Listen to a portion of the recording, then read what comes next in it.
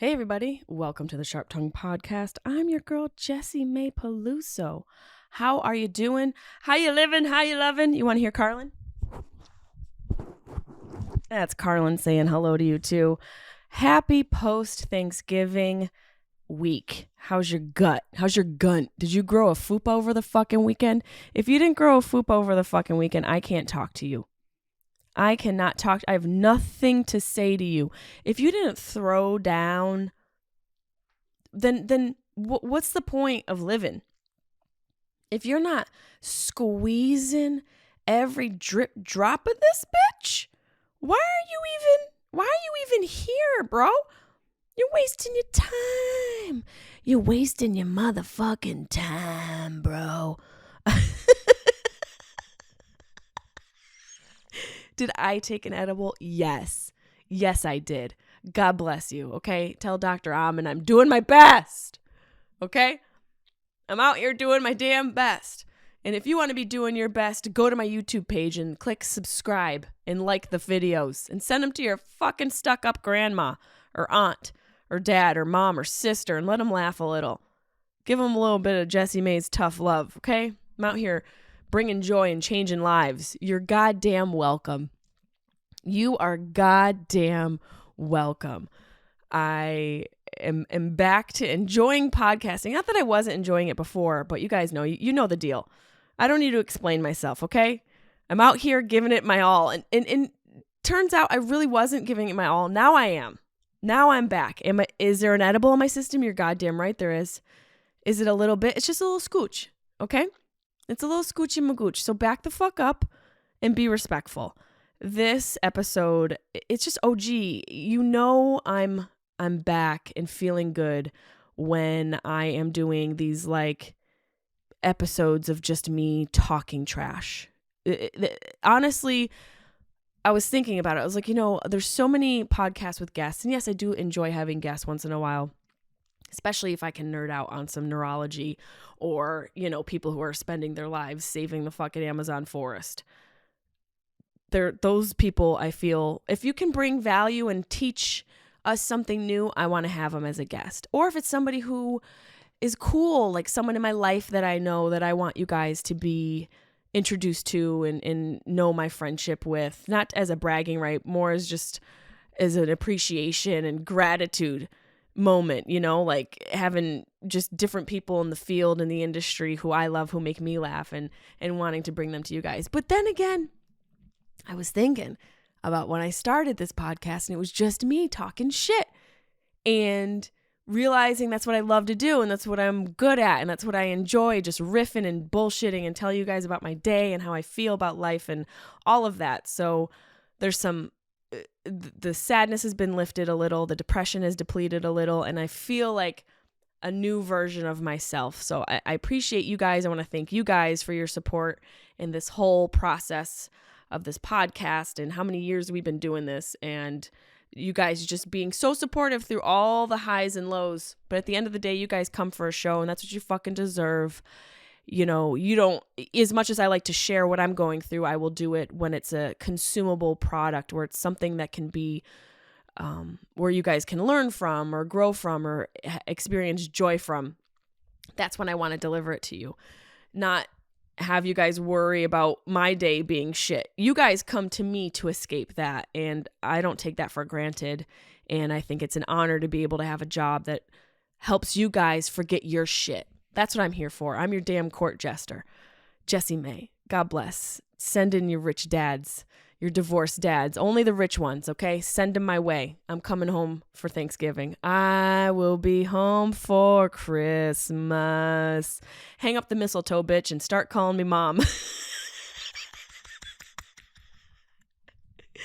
This week's guest is a really talented lady. She's so entertaining and heartfelt and really has done a lot with her career. And I'm honored to know her. I'm honored to call her a friend. I think you guys are really going to enjoy this episode with the one, the only, the hilarious me.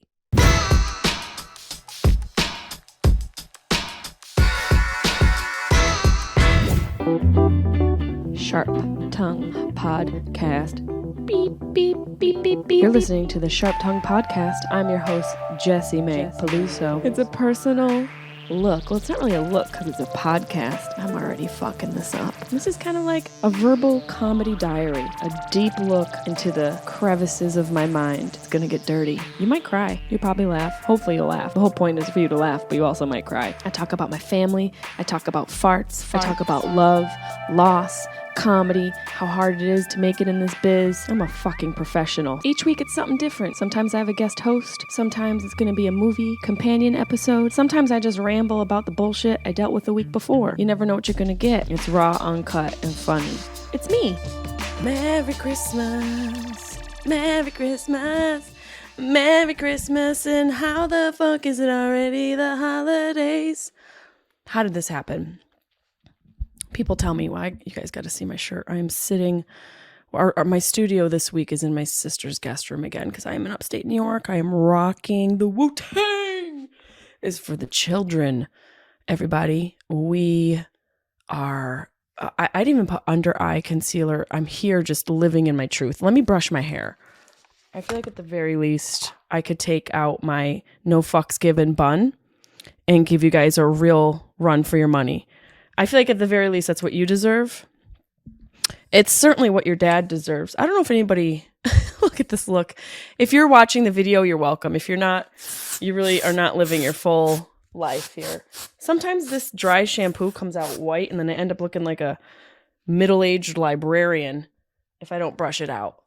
It could be a really alarming situation, especially if you're out there trying to snatch up people's dads. And if you follow me on Instagram, you know it's exactly precisely what I'm doing these holiday seasons. Yes, the multiple holiday seasons, because I won't stop. Okay, and that's not to say I'm a home wrecker. I'm not looking to wreck homes. Oh God, the hair is gorgeous today. I'm not looking to ruin anyone's family. I'm looking for divorced dads, rich divorced dads. Carly and I are both on the prowl for the same type of guy. I've been on the prowl for this type of guy for some time, and it's nice to see that Carly sees the value in it now. So, hide your dads, hide your kids. We're coming for them. Let me get my headphones back on. Let's see how I can do this without making this a total disaster. Hold on. Okay, we got the new mic, but my new mic stand hasn't arrived at my sister's yet. So, we are really dealing with some slim pickings because I don't have any podcast producer here with me. Deb's not here with me. So I am left out to the masses to just do this on my own. But let's not forget, lest we forget that I used to do this on my own all the time. So, don't complain. See the challenge as an opportunity and you will yourself advance. I'm here for the holidays. This is not a grief survival guide episode, although I kind of want to get into it, but I will save it for the next time. This is just a regular STP OG episode, Jessimae, just spitting from the dome. Just your average. Oh, speaking of spitting, don't get excited. I'm talking about those weird people who go on wine tastings and spit the wine back in the water, into the glass. What are you doing? Jesus turned water into wine for a reason, and you're going to waste it? That's rude, Bethany. And by the way, no bitch named Bethany is spitting the wine back in the glass. She's like, can I have another one? So cheers. Happy Black Friday. That's what I'm recording on. Yes, it is noon and I'm having wine. And so what? And you know what's nice? Is I'm not having wine for the simple desire to forget or to mask emotion or to anything. I'm having wine because I enjoy wine. And you guys know, if you follow me, that red wine causes me a little bit of problem. Excuse me. Red wine causes me a little bit of an issue. You can say I've developed a red wine allergy. Unfortunately, I like to look at it as nature being a bitch. I like to look at it as nature being a wholehearted, woman-hating bitch. She's like, oh, is this something you love? Oh, do you just like to enjoy a couple glasses?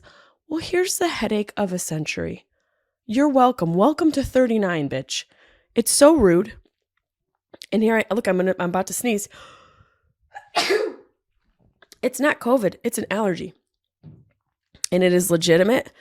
And it reminds me of that time I was talking to my mom about it. R.I.P. No Pants Nance. And I had called her to tell her, like, I really think I'm coming to terms with the fact that I can't drink red wine. And I told her, I was like, it gives me a headache. I wake up feeling like utter shit in the morning after only having 1 or 2 glasses. I'm like, I can't drink red wine. She's like, well, you got to switch to white. Not stop drinking red wine. Switch to white. So, and Nancy saw a challenge, and she rose up to that challenge and saw it as an opportunity for me to enjoy a new varietal, a new type of wine. But nope, alas, the same glass. I love my red. And so I just pop a Benny once in a while. Not a Benazepine, Benadryl.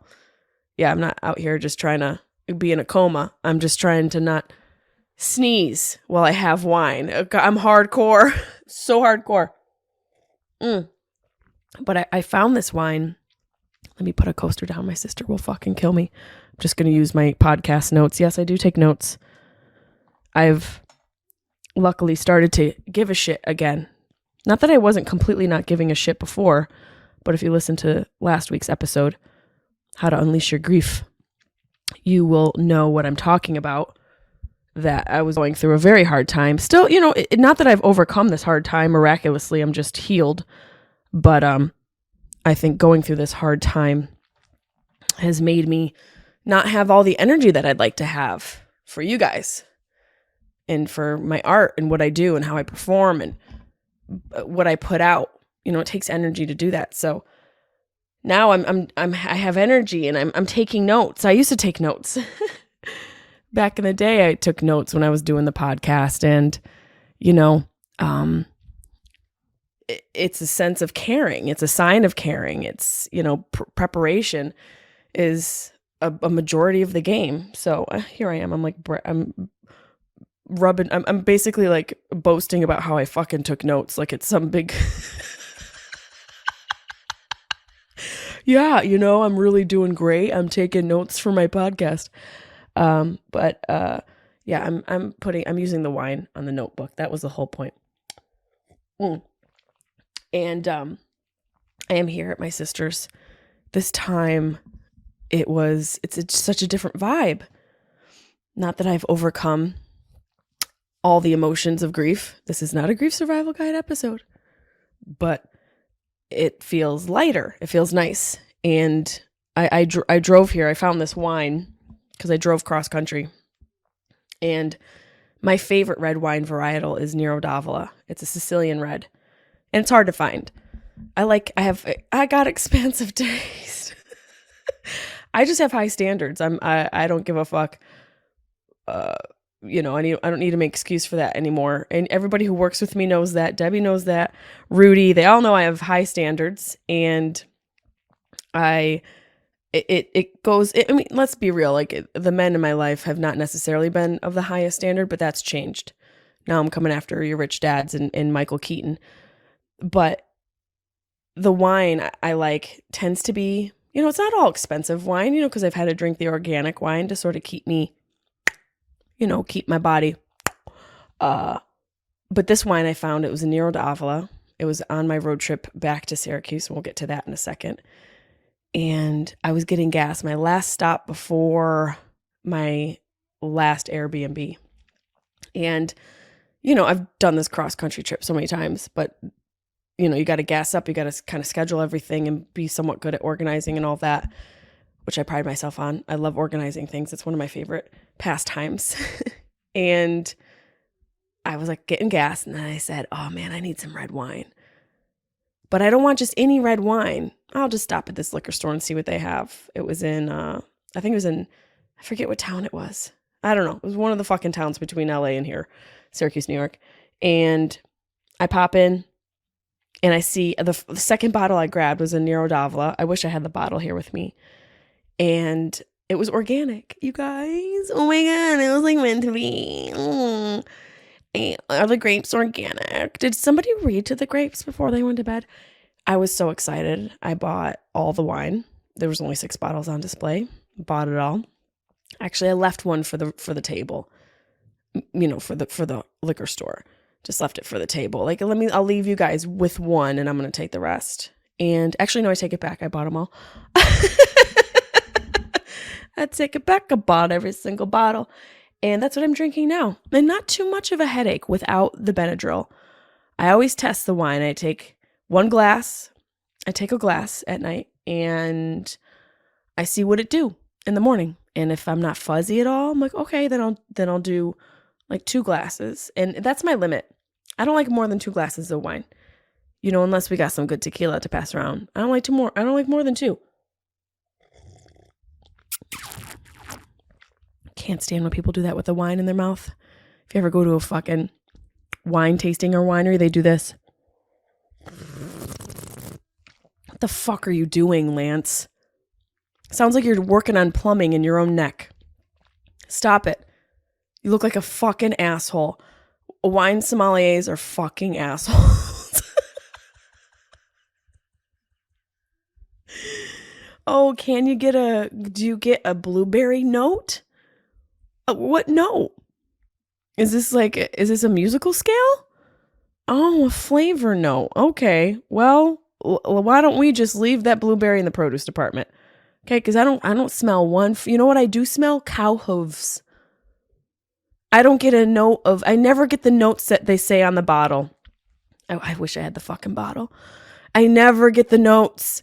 I feel like they're just writing these poetic sentences about what the wine should smell like and taste like. And in reality, all wine smells like cow hooves. Tell me I'm wrong. Come at me with the receipts. I don't get chocolate, Trevor, but I do get a strong aroma of cow chips. I'm smelling dark chocolate and cow hoof.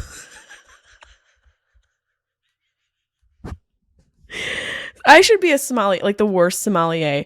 Just the way that social media works, I could probably have a really successful career as the worst sommelier. I'm like, this smells like baby diapers and divorce.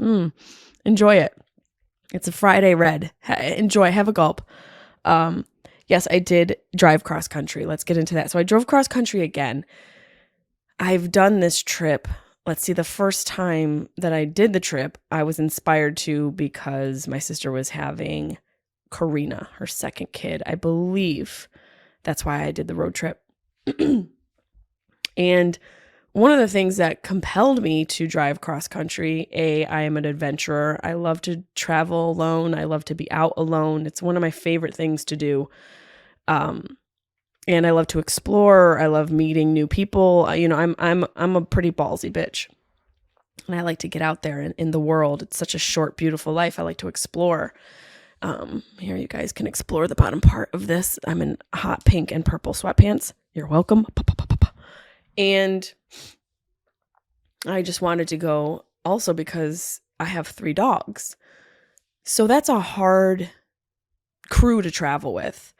And it's very expensive to have them be sat by people. And also, when I lived in New York, I was home like every weekend. And ever since moving to LA, it was so much harder, especially with my parents getting older, me missing milestones like the birth of my nephew and birthdays and deaths and funerals and all these milestones that you miss.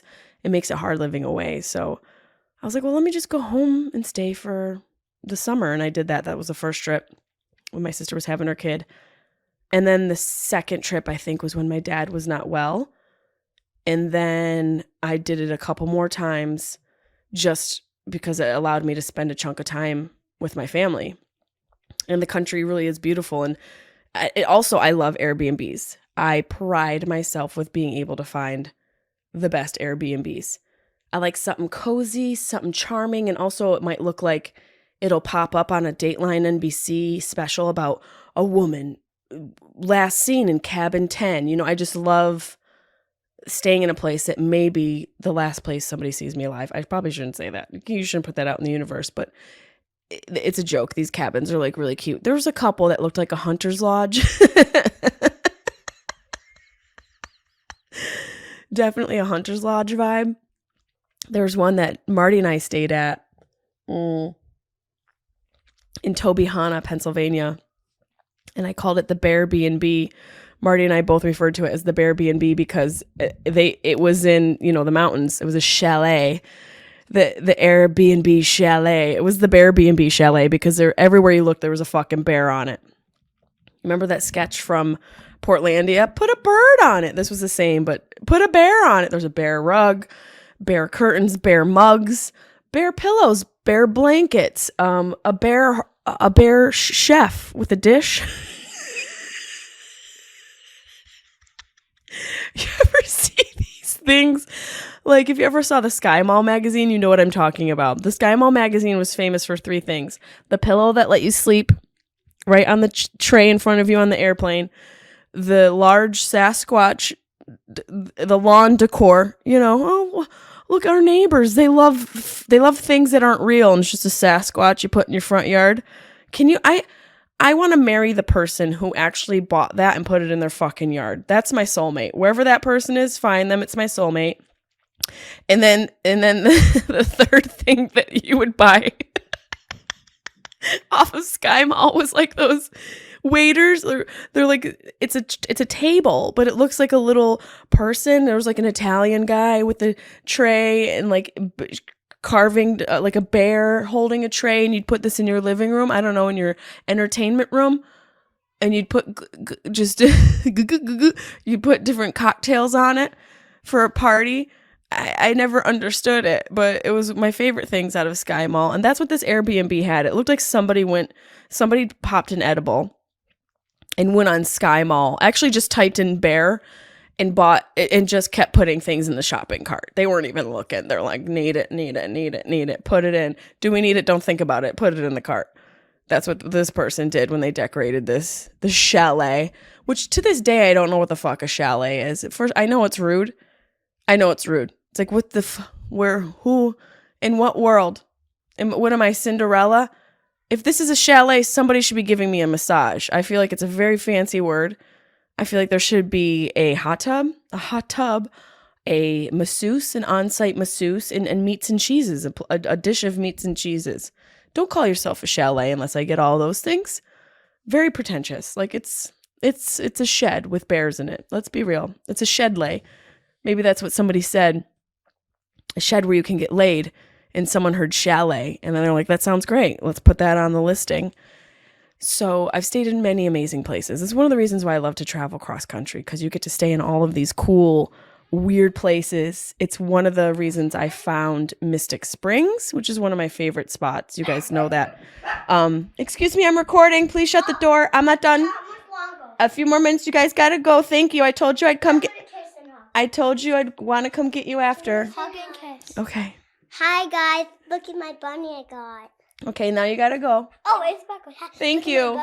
Oh, gosh. Thank you. I love you. Okay, well, there goes. And make sure you always say love. I love you. Always say love. Okay, you got to go. And make sure you always give hug and kisses. No, okay. And make sure you go and shut the door. And don't come back until I come to get you. I'll lock the door. And lock the door.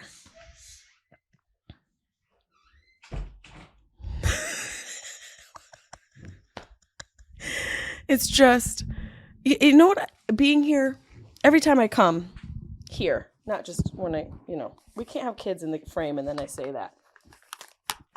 Fungal. Every time I come here, every time I'm at my sister's, I'm reminded of the difficulty of being a human, not just a mom, of being a human around children, because moms are still human beings. And I think that's where a lot of women struggle, is because sometimes they lose their identity in the pursuit of being a good mom. And I don't know if there's a way around it. I think it might just be a natural way to raise and rear children. There's no time for yourself. And even me here as an aunt, and they come in, it's adorable. But I'm such a anal retentive Virgo. I'm like, I need my podcast time, and then you guys can come in and do your podcast time, and we can't have any crossover. Okay, we can't mix up. We cannot mix up the dishes. We have to keep everything in its place, everything in its right place. So yeah, I've done this cross-country trip so many times. I love all the places I can stay. And, you meet a lot of different people along the way. And I like to stop. Look at me. I'm deferring to my notes. I like to stop and make friends and actually talk to people I really do enjoy talking to complete strangers. Not like we're going into complete depth about our lives and where we came from and why we have childhood trauma, but I look people in the eye and I enjoy that. And something that I was inspired by doing this Tony Robbins weekend was, something he said, which is something that I've read and I know about. I have my own life strategist that I use, Brett Costin. You guys know I've mentioned him, and he's expressed this and things that I've read and learned during researching grieving and even researching Alzheimer's disease, just ways to deal with getting through hard times, is the value and the gratitude you can get from giving back and volunteering your time. And, even if it's just something simple like paying for the next person's gas or buying somebody a drink or paying for the next person's meal in line. If you're in a drive-through, just paying it forward or backward, depending on what direction your money needs to go or your good deed. And I was at Subway during a stop. I don't know where I was. Definitely a long stretch of road. And I was just it was a rest stop, and there was a Subway that happened to be inside of it, and I was grabbing a sandwich. I love a nice vegetable sandwich. I love all the vegetables in a wrap with some avocado, tuna, and a little olive oil and vinaigrette. And you're welcome. God bless. All the veggies in that, and you will poop a submarine. I like to call that the movement hoagie, because that gets stuff moving. So I bought my sandwich, and then there was a guy behind me, this nice gentleman, and I was at line cashing out, and I said, I'd like to buy his lunch as well. And he looked at me shocked, and he was like, no. And I said, yes, sir, please. It's my gift to you. I don't know you. You don't owe me anything. I'm not asking for anything back. I don't need you to give me cash. This isn't like, some strange deal where I'm going to pay for it in Bitcoin. I genuinely want to buy you lunch. And he was just like, no, like just so adamant about it. Like, no, I can't. And he looked to be a person who may be struggling. And I didn't do it because of that, but I also did it because of that. Meaning I want to be able to give back and help anybody. Because sometimes it's hard to tell who's struggling. A lot of people wear it. They carry heavy things and they make it look easy. And some people it's very apparent. And this guy, I could just tell. I could tell by the way how his posture was in line, the way his eyes were darting around. He was tired and stressed, or he was going to rob the place. One of those two things was a high possibility and probability. And I was like, it wasn't even that I wanted to. It was like, I have to, because I can, and I was like, I would like to pay for this guy's lunch. And then in my mind, I'm like, what if he came in here and he's buying for the fucking, maybe there's like a high school football team on the bus. And he's like, okay, 22 hoagies. I'm like, shit, just for one of the hoagies. He ordered a box of cookies, which I thought was adorable. Oh, hopefully somebody's still alive. Someone was screaming in the background. And a sandwich and drink. And, it cost me an extra $10. But the look on his face, and I saw him leave with a little pep in his step. And now he's hopefully going to go and do that subconsciously, maybe even like where he normally wouldn't reach out to somebody because maybe he doesn't even think he has something to give. And he, just from the kindness of a stranger, he was given enough fuel for himself to be able to give. I think that's the thing about giving back and being generous is that if you can do it from a place where your cup is full, that it's not you giving back to somebody, it's you helping fill somebody else's cup so that they have some more energy to give to people in their life, whether it be their children, a sick parent, their career, maybe they're a teacher and they can give more to their classroom, or maybe it's a stripper and she can give more in the lap dance, whatever it is. Everybody needs a little extra something. And that's why I did it, because I feel more full. I feel like my cup is fuller these days. And it makes me want to give. And from no other desire but the feeling of being able to give. And, you know, for me, it's one of the reasons why I feel more energy now. And I do owe that to Tony for kicking that, sort of kicking me into that idea and mentality. Not that he actually kicked me. I'm not saying Tony Robbins kicked me. It's just it's a form of speech, just a way of describing what it felt like. He sort of like reinvigorated this desire in me, and it was always there. I think it's just things get heavy and you lose your focus and your intention. And I'm a generally chatty person, generally very open to helping people. That's just my natural state.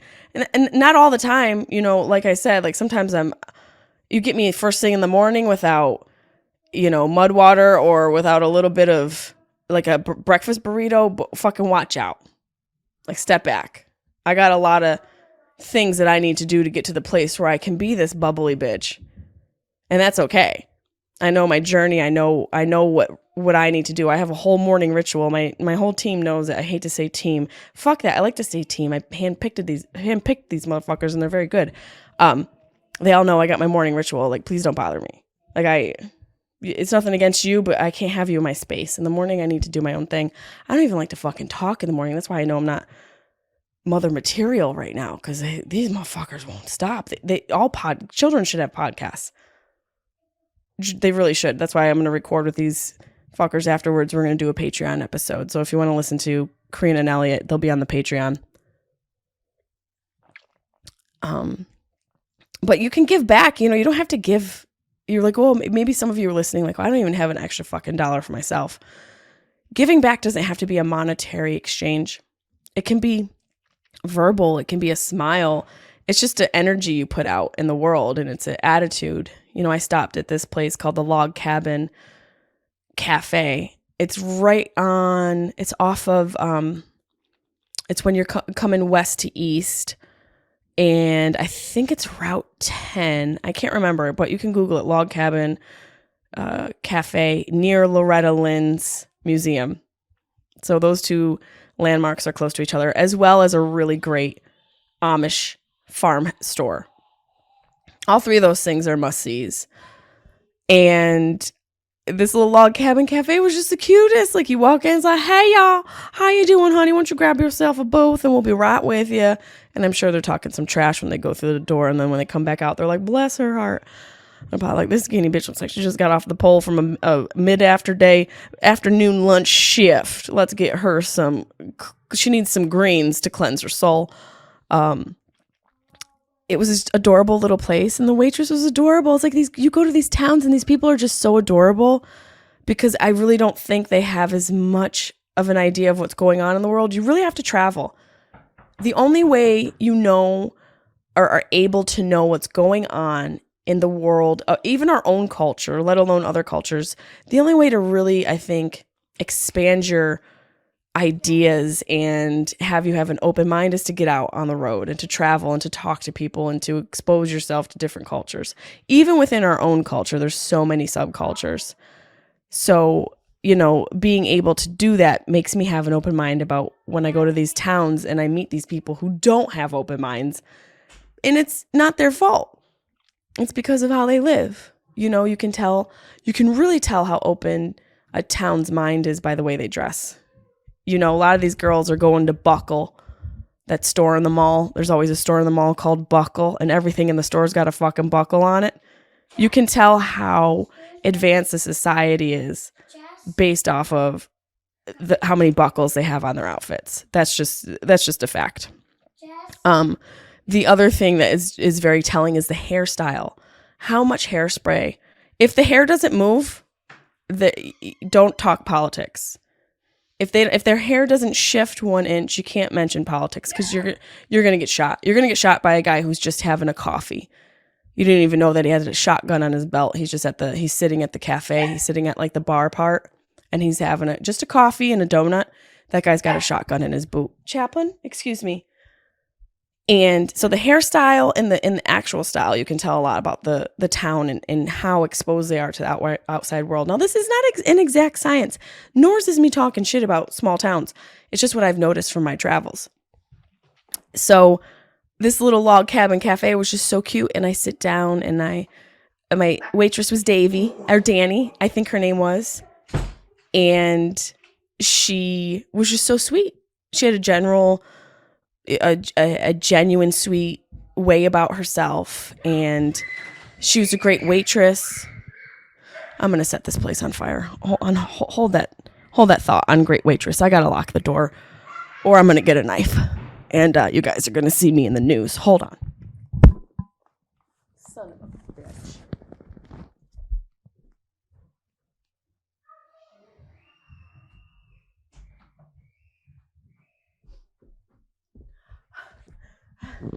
Well, I can say that one of the kids made it.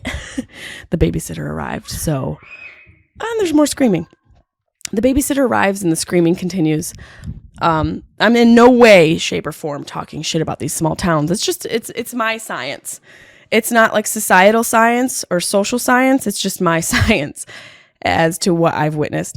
And Danny was just so sweet, and I talked to her like a fucking human being. And she said to me, and it kind of hurt my heart, but at the same time it warmed it.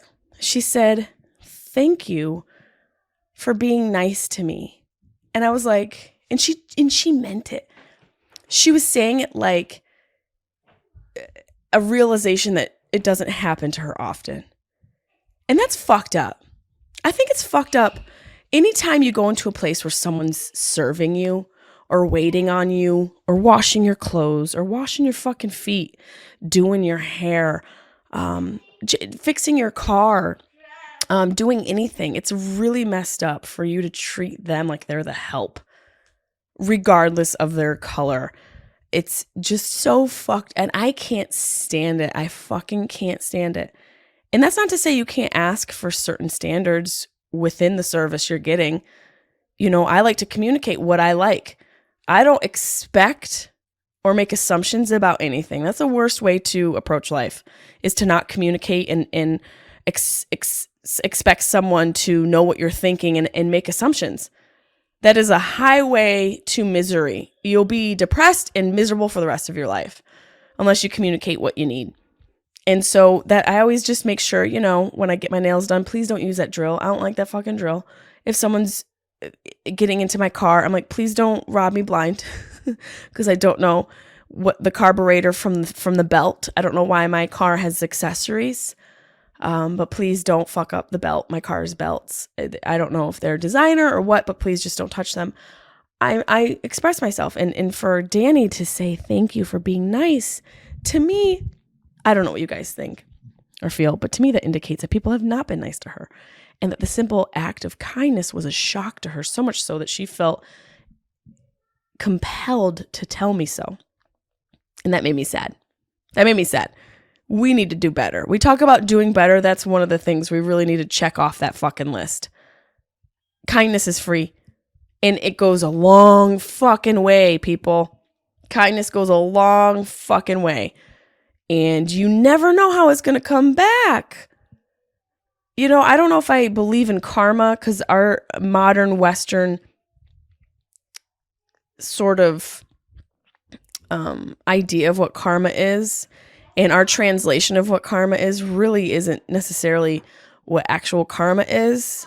Karma comes from, the saying of doing dharma, which are deeds. Doing good dharma in this life gets you good karma in your next. It's a reincarnated rite of passage. It's a reincarnated gift due from how you lived your previous life. So everyone's like, karma's instant. No, actually, technically it's not. It takes a fucking lifetime.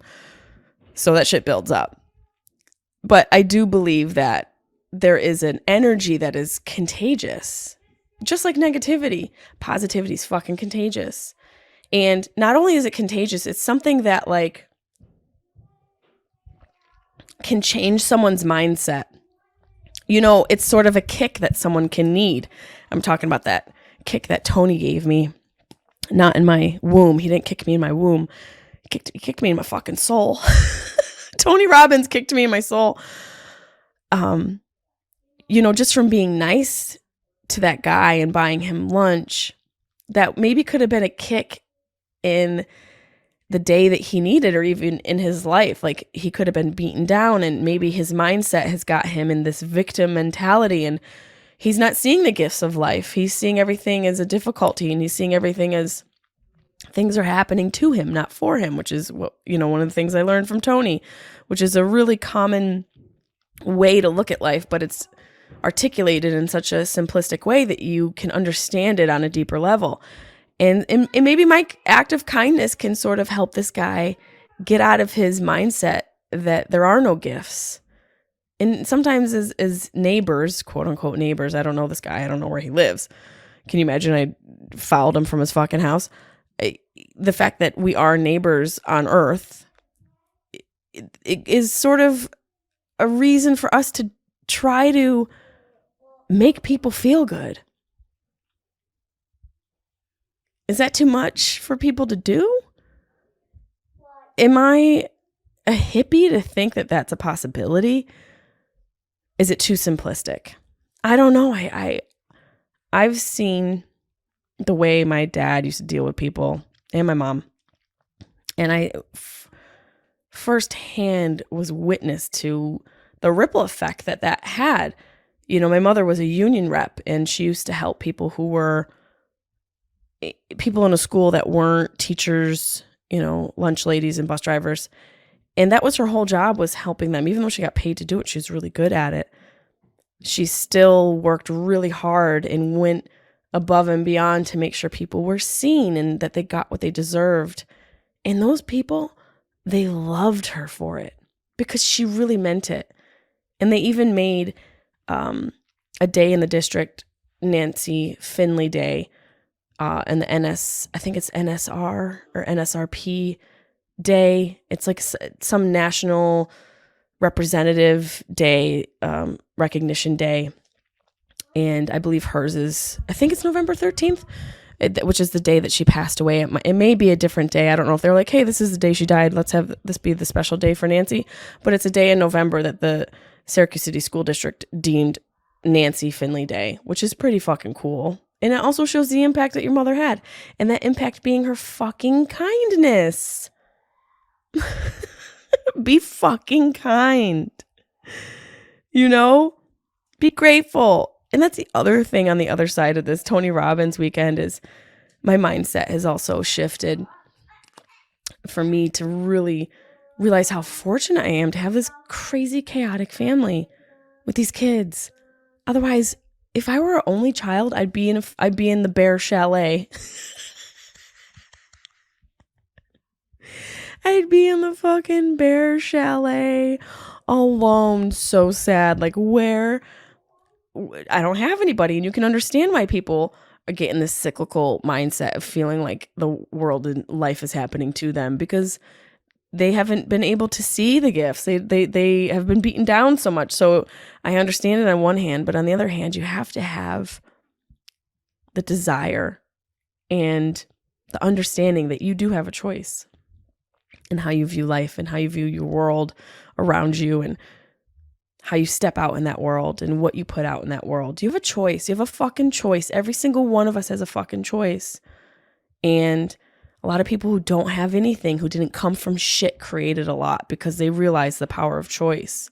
A lot of people who came from dire situations and traumatic upbringings and criminal households and things you can't even imagine achieved a lot of really great shit. They had a choice, and they made a choice. They made a choice to believe they were worth it.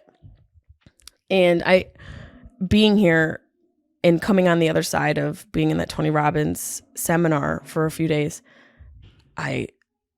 it's almost like I'm reminded of all of the things that I have in my life that maybe sort of got clouded by my feelings of sadness and feeling overwhelmed by that weight of grief.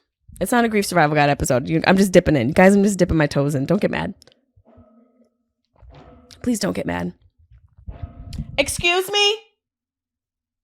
If you want to record a podcast, I suggest you stop whatever that noise is and please respect what I requested of you previously, which was to wait until I come and got you. I'm almost done.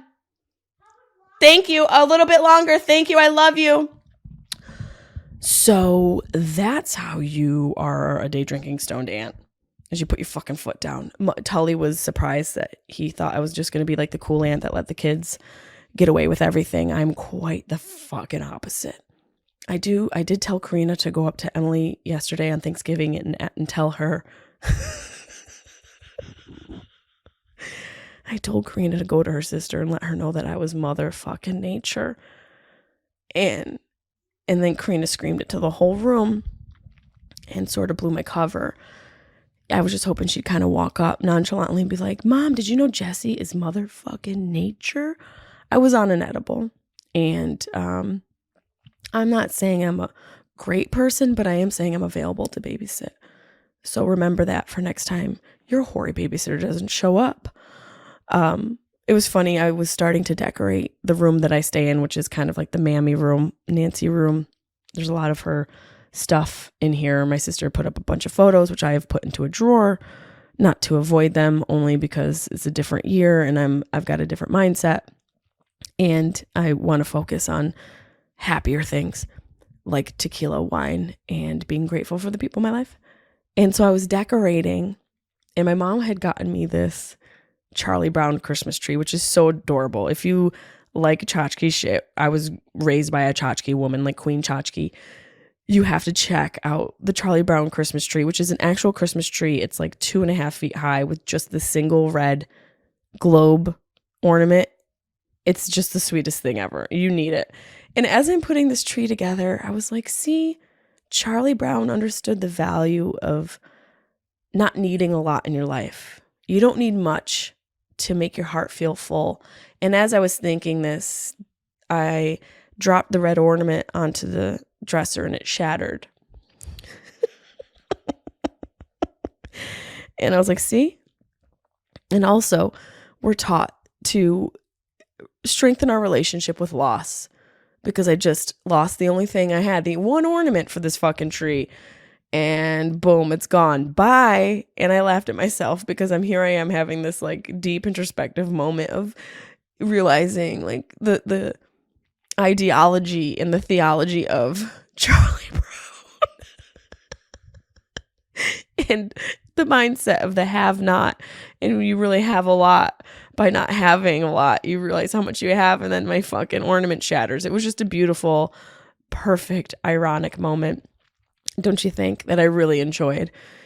And I've had a really good time so far being here. My sister and I went to see the Gucci movie, The House of Gucci, which I do recommend just for Jared Leto alone. Leto, let him, whatever, call himself, whatever his name is, Jared Leto. He's so talented. He plays Aldo. I think he plays Aldo Gucci. His accent is, everyone's accent is ridiculous. No one has the same accent. There's like 10 accents in this movie.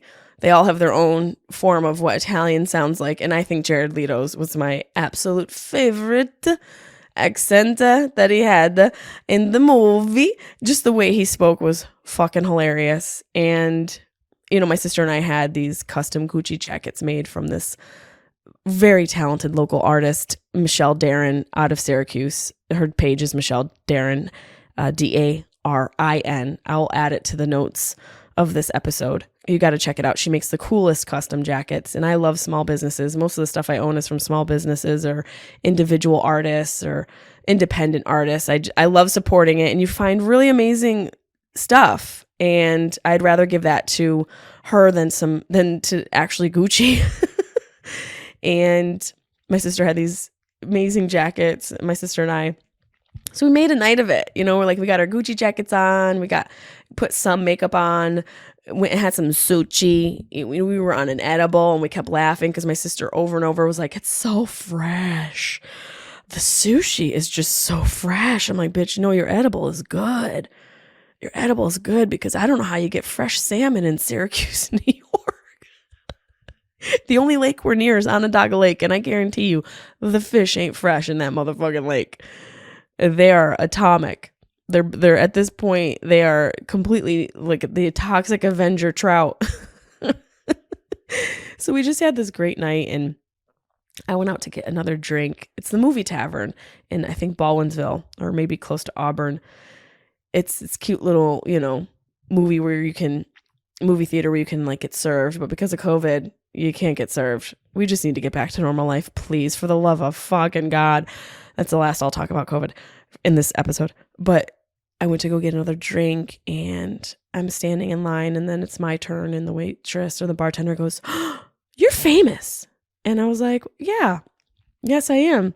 She's like, it's so nice to meet you. And I was like, it's nice to meet you, girl. Thank you so much. Thank you for working on the Wednesday before Thanksgiving. And she's like, oh, it's so cool to meet you. I'm like starstruck. And I'm like, oh, no, it's chill. I'm a Syracuse girl at heart. And she made me a drink, made me pay for both. No, I'm just kidding. And she was just so sweet. And it was like one of the few times I think you guys have heard me speak about, even in the last episode, moments of me wanting to quit, stand up and quit what I do. And every single time I've had those moments when I've been in transit, someone's recognized me. And this was just kind of a beautiful moment, being home and having a great night with my sister and starting like new traditions with her, and someone recognizing me in a different form, not out of me needing to hear it from the universe, but just out of someone's genuine respect and love for what I do. It was a cool moment to realize that. And I think that's really just what I've come to terms with this year, because this is the day before my mom's birthday. We've just celebrated Thanksgiving yesterday, and my mom's death anniversary was November 13th, and it's been a full year, and I'm such a different person. I'm completely on the other side of where I was last year. A lot of us are, hopefully.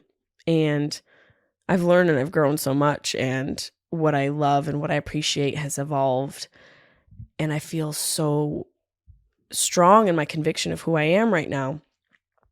And I'm excited. I'm excited for the next year. I'm excited for being on tour with Carly, which, don't forget, our spring tour. I think we're going to announce it next week. All of our dates go up, but you can book buy a ticket, purchase a ticket to see our live experience, our girl experience live.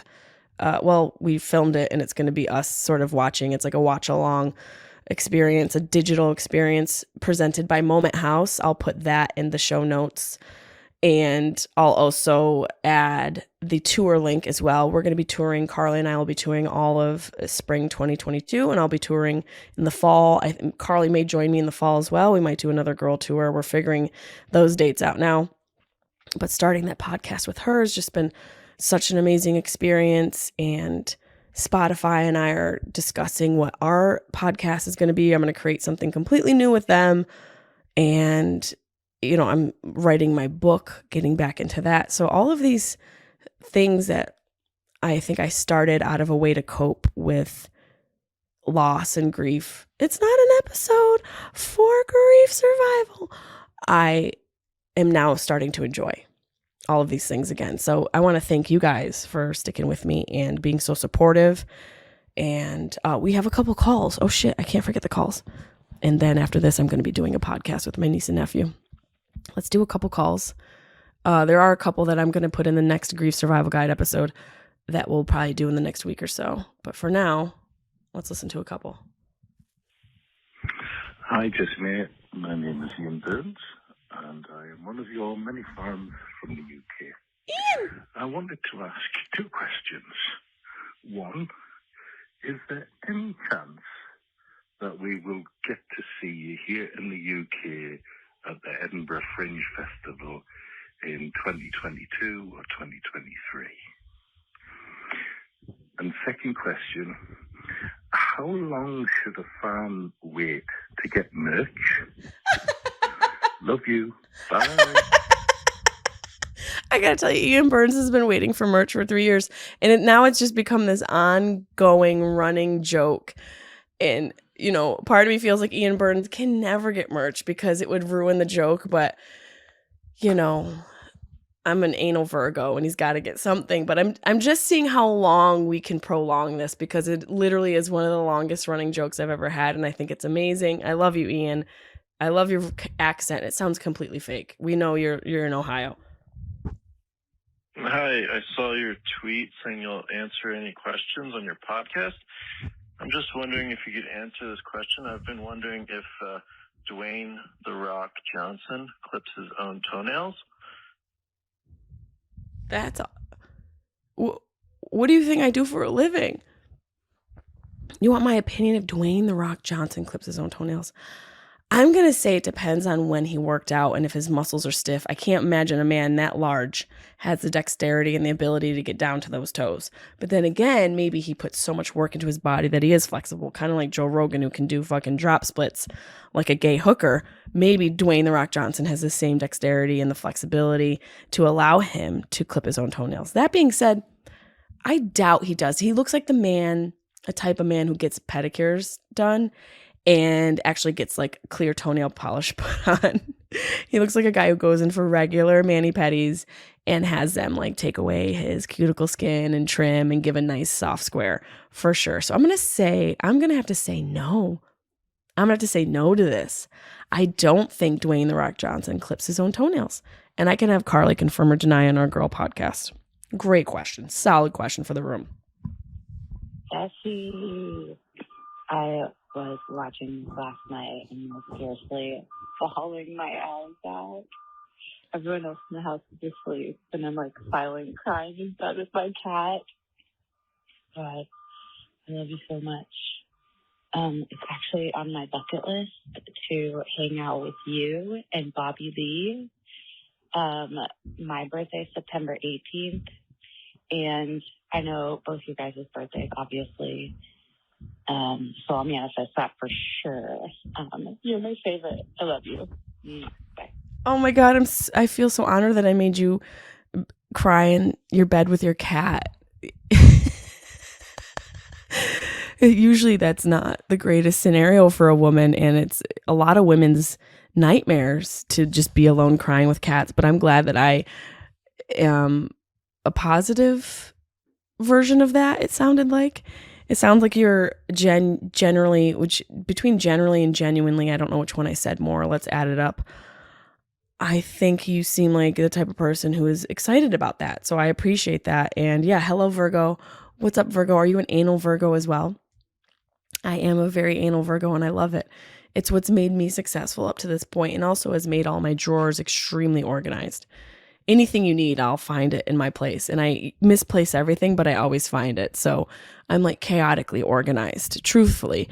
I will be doing another grief survival guide episode. You guys love those and are very responsive to those, and I appreciate it.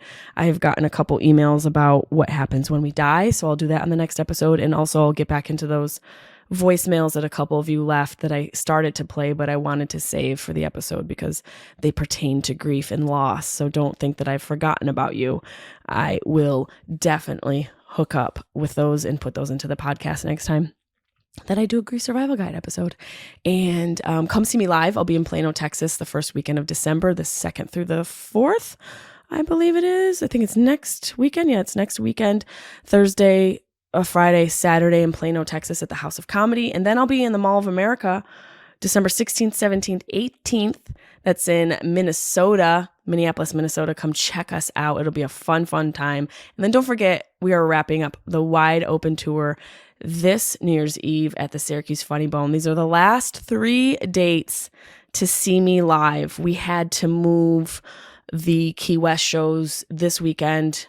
I was supposed to be in Key West. Those will be moved to the spring of 2022. But for now, the remaining Wide Open Tour visits are going to be next weekend in Plano, Texas. and the 16th or the 18th in Mall of America. And then we're wrapping it up here in Syracuse, New York for New Year's Eve. Thank you guys so much. Don't forget to email your questions to jessimaepelusocomedy@gmail.com. Check out the Patreon page. I'll be putting my episode up with my niece and nephew there this week. And also don't forget to check out the YouTube page. Subscribe, click, share with your friends. Thank you guys so much for your support. You fucking rock. Spread kindness. It's free.